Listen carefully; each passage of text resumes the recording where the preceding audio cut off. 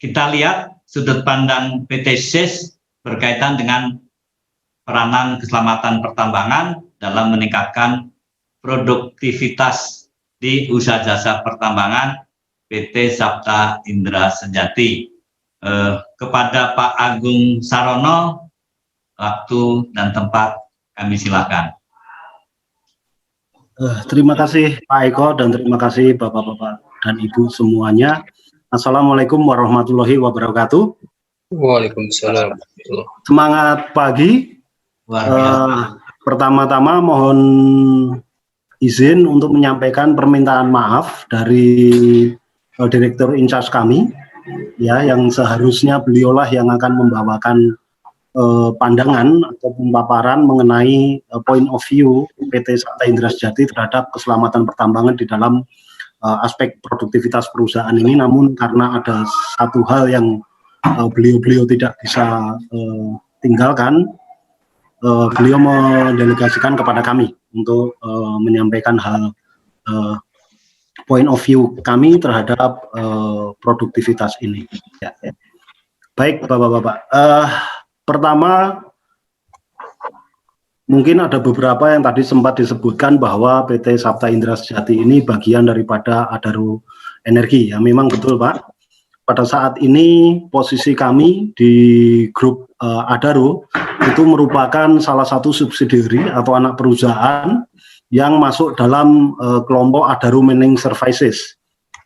Ya, jadi di Adaro Group ada beberapa kelompok bisnis gitu ya, dari kelompok Adaro Mining, di sana ada Adaro Indonesia, yang mungkin kalau kita bilang Adaro itu langsung asosiasinya adalah Adaro Indonesia ini. Ini kakak pertama kalau kita boleh katakan gitu ya. Kemudian berbagai hal seperti Marwekul, kemudian Kaltengkul dan seterusnya. Berikutnya di Adaro Mining Services, tempat SIS berada bersama AJI ya, Adaro Jasa Bara Indonesia, kemudian Adaro Mining Technologies dan juga Jasa Power Indonesia. Kemudian juga Adaro Logistik ya, yang membawai beberapa tempat, misalnya IBT, di mana dulu waktu IBT ini konstruksinya ada Pak Azari yang tadi ya, Pak Azari Adaro itu ketemu saya juga waktu itu gitu ya. Kemudian ada Adaro Power ya, ada MSW di sana.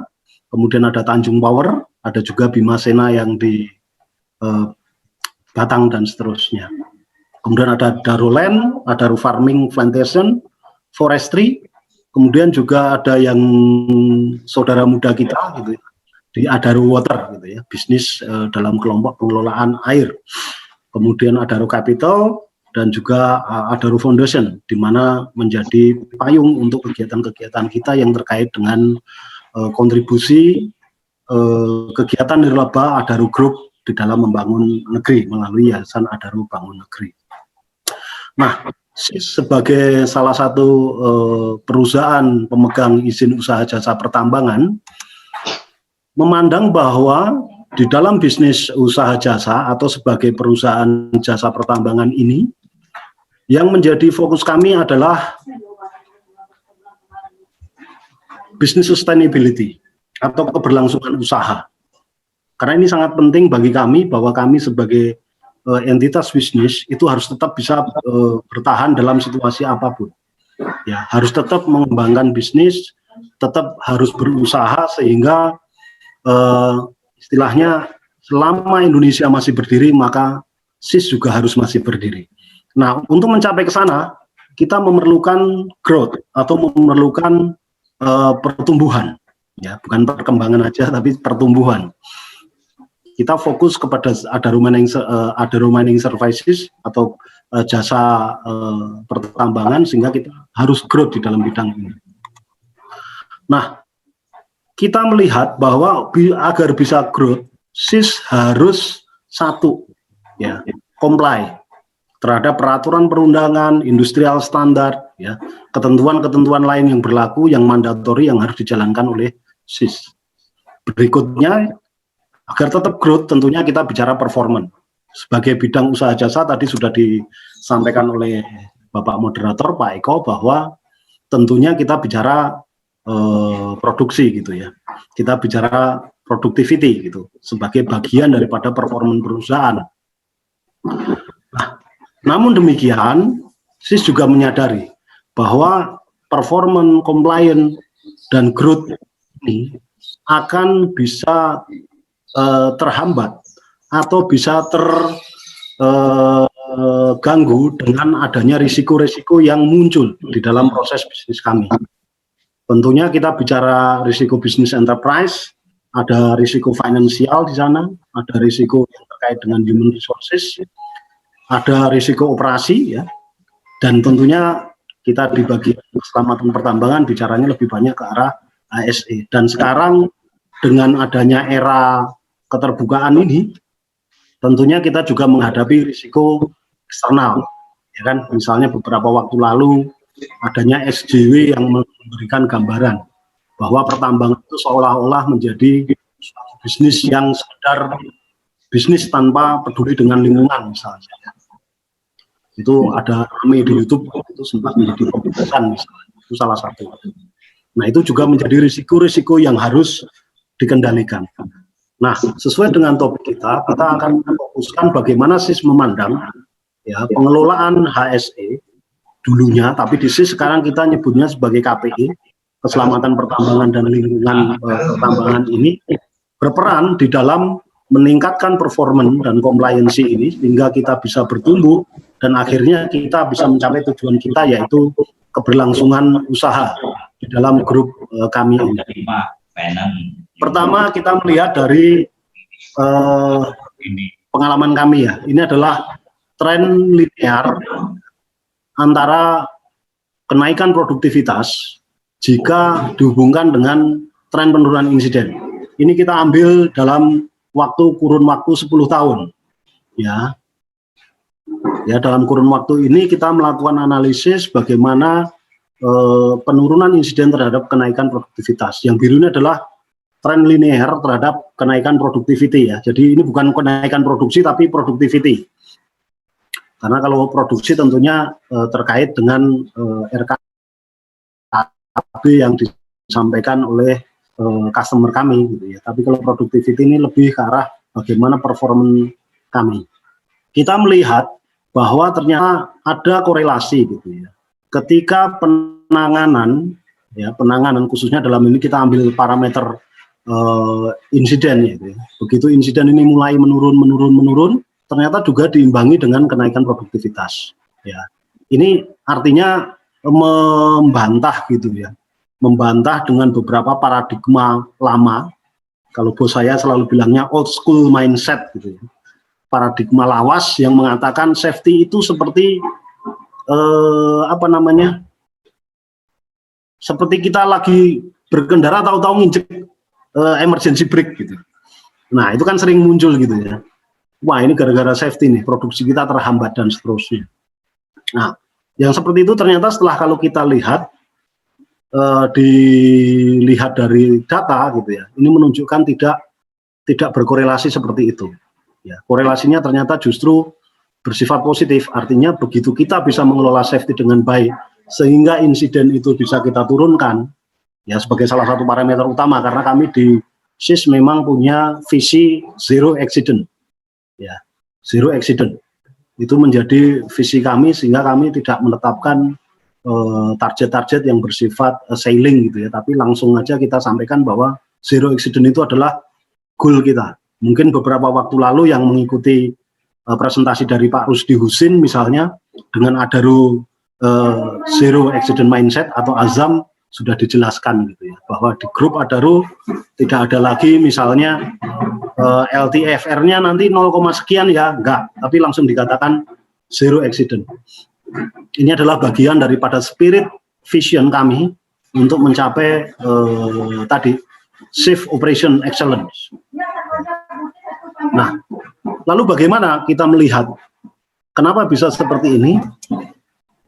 Karena di SIS, kalau kita bicara produktivitas perusahaan jasa pertambangan gitu ya, tentunya kalau kita bicara produktivitas di sini bukan sekedar produksi batu baranya saja atau OB-nya saja, tetapi juga produktivitas di kelompok-kelompok lain. Itu dimulai dengan yang namanya metode kerja.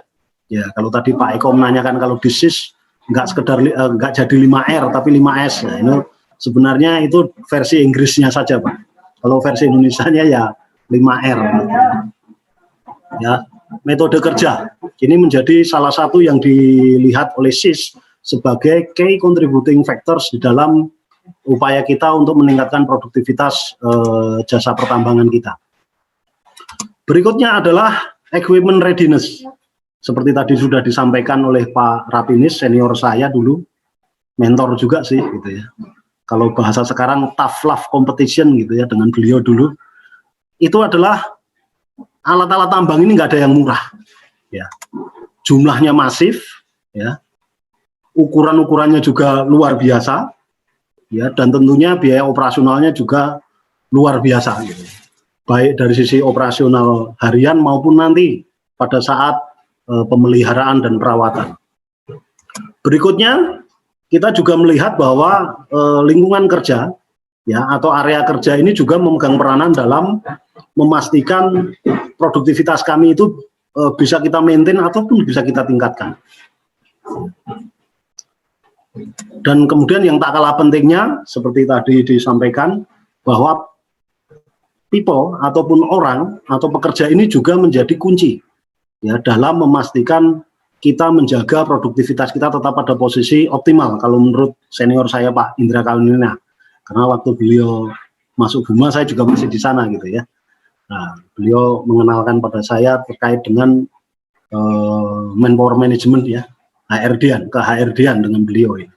Sempat sebentar gitu ya. Nah, kita juga menyadari di SIS bahwa employee readiness, ya, kesiapan pekerja, kesiapan karyawan, itu menjadi bagian daripada kita menjaga produktivitas jasa kita ini. Nah, lalu bagaimana dengan HSE sendiri?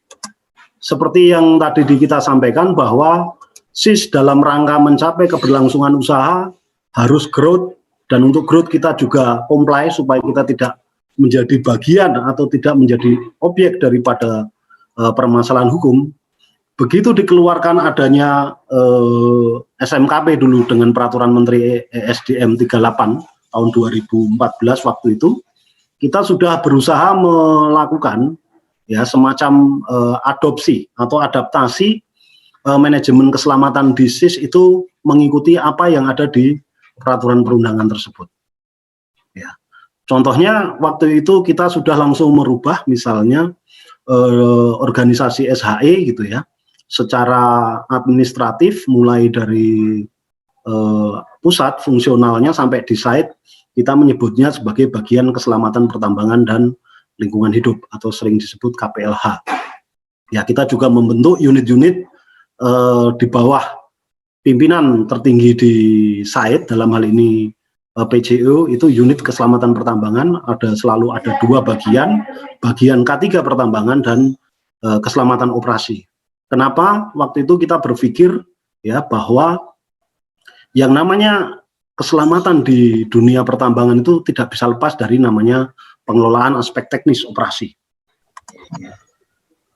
Ya, jadi seperti yang tadi saya sampaikan, dalam rangka kita untuk menjaga keberlangsungan usaha kita harus tetap comply terhadap peraturan perundangan, sehingga begitu pemerintah ya mengeluarkan Peraturan Menteri SDM 1 itu 38 tentang SMKP, kita juga melakukan perubahan-perubahan ya, melakukan ya dan adopsi terhadap ketentuan-ketentuan yang ada termasuk di dalam struktur organisasinya ya, jadi bukan sekedar di prosedur tetapi juga di proses organisasi.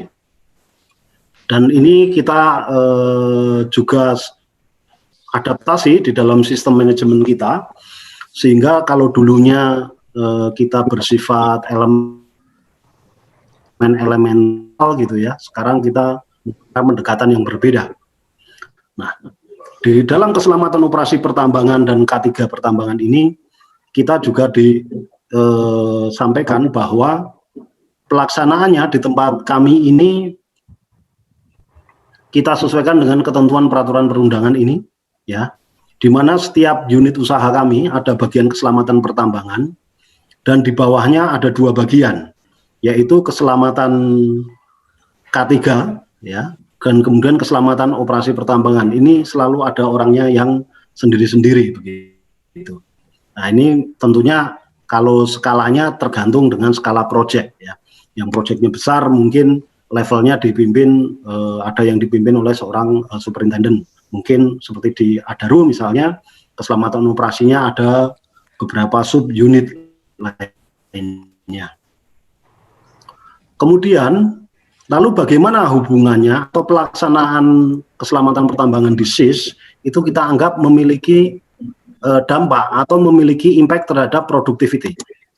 Tadi seperti yang kita katakan di dalam manajemen kami ya, ketika kita bicara working method atau metodologi kerja jasa pertambangan kami, satu kami selalu berdasarkan pada proses bisnis yang ada di masing-masing kontrak ya. Kemudian metode ini juga kami sesuaikan dengan risikonya.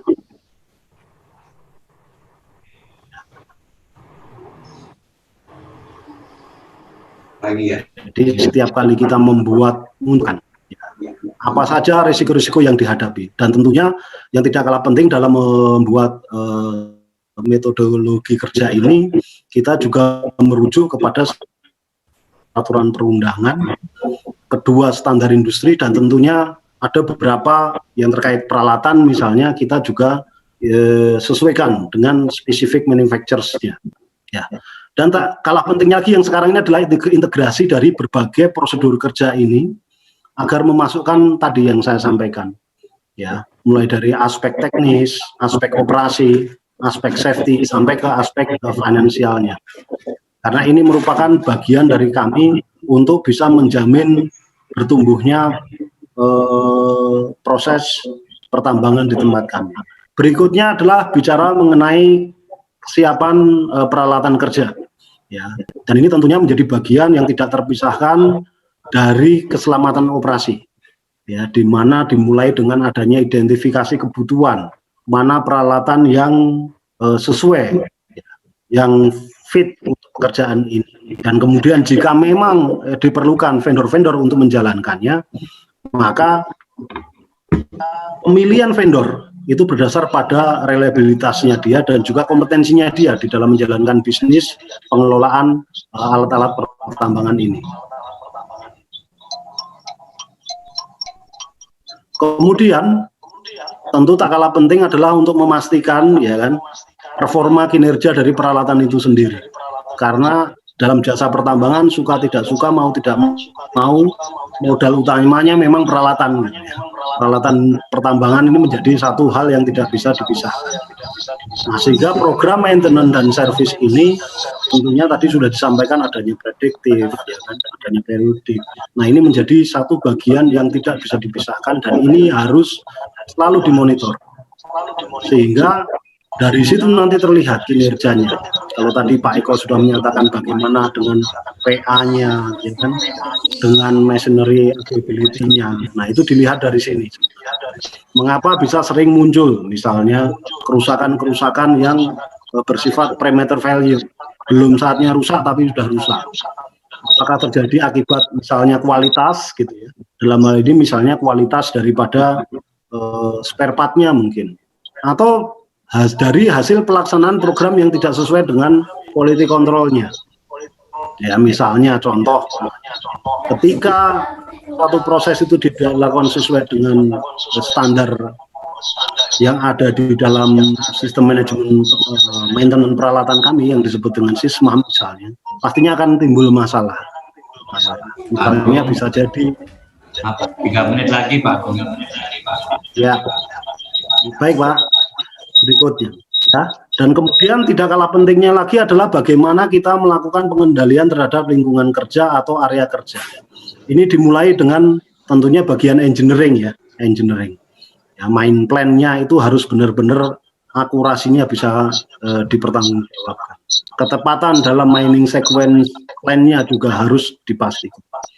Dan untuk memastikan di dalam proses nanti bisa berjalan baik, disinilah bagian daripada keselamatan pertambangan, yaitu memastikan adanya kontrol terhadap workplace hazard ataupun bahaya-bahaya yang ada di tempat kerja. Contoh, ya kan, debu misalnya. kemudian pencahayaan, kemudian bagaimana dengan kestabilan dinding tambang dan seterusnya. Dan yang tidak kalah penting juga, kita harus membudayakan budaya 5R atau 5S ini.